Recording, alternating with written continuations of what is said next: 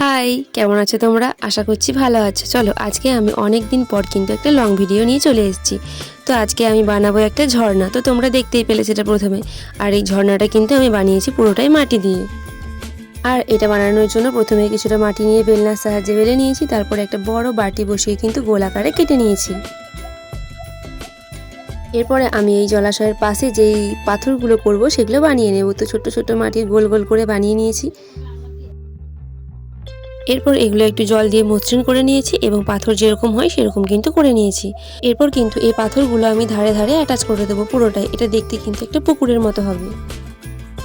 আর ঝর্ণা ঠিক যেমন হয় সেরকমটাই কিন্তু বানাবো। আর দেখো যেমনটা হয় সেরকমটা সবসময় তো বানাই। তো এবার আমি একটু অন্যরকম কিছু ট্রাই করলাম। তো দেখো শেষ পর্যন্ত কিভাবে কি করলাম। এরপরে দেখো নিচে আমি একটা কাঠির সাহায্যে কিন্তু একটু আঁকাবাঁকা করে নিয়েছি, তার কারণ জলের ঢেউটা বোঝানোর জন্য।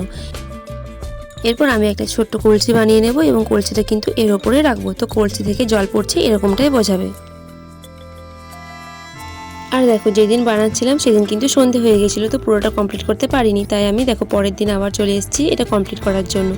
তো জলটা আমি বানিয়েছিলাম কিন্তু সেটা একটু অন্যরকম হয়ে গেছে, তো ওইটা আর অ্যাটাচ করা যাবে না।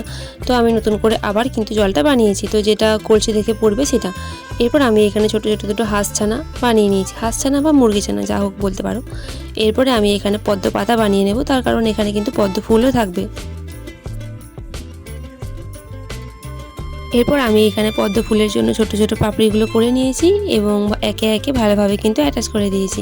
তো আমার ছোট্ট পদ্ম ফুলও কিন্তু রেডি হয়ে গেছে, তো এটাও আমি এখানে রেখে দেবো। এরপর আমি এখানে বানিয়ে নেব দুটো ব্যাঙের ছাতা, কারণ এগুলো না হলে কিন্তু দেখতে ভালো লাগে না। এগুলো দিলে কিন্তু সত্যি দেখতে অনেক সুন্দর লাগে। আর রং করার পর তো তোমরা দেখতেই পাবে কেমন লাগছে। আমার কিন্তু এটা খুবই ভালো লেগেছে শেষ পর্যন্ত রং করার পর। তো তোমাদের কেমন লাগলো তোমরা কমেন্টে জানিও। আর এখানে মাটি দিয়ে কিন্তু আমি ঘাসও করে নিয়েছি। তো দেখো জলটা আমি এবারে অ্যাটাচ করে দিয়েছি কলসিতে। তো আমার এখানে কিন্তু ঝর্ণা বা জলাশয় যাই বলো সেটা কিন্তু রেডি হয়ে গেছে। তো এরপর আমি এটা রং করব। তো রং করার জন্য পুরো জিনিসটাতে কিন্তু প্রথমে আমি প্রাইমার কালারটা করে নেব, একে একে সবগুলোতেই কিন্তু করব।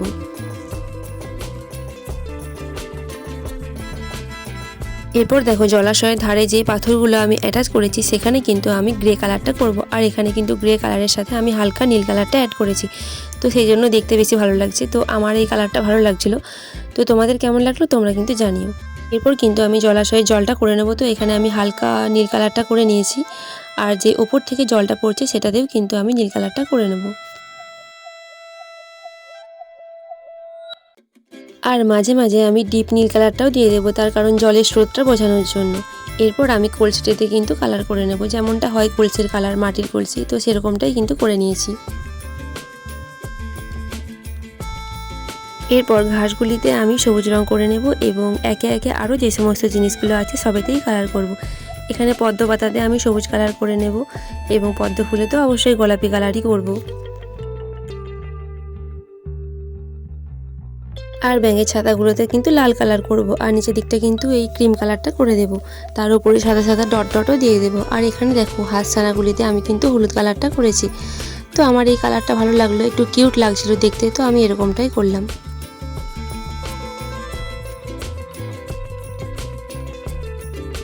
এরপর আমি একে একে সমস্ত কিছু জায়গায় জায়গায় রেখে দেবো।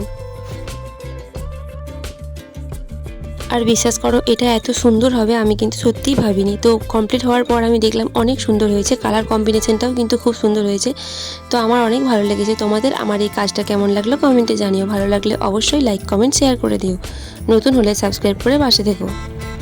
আজ তবে আসি, আবার দেখা হবে পরের ভিডিওতে। টাটা।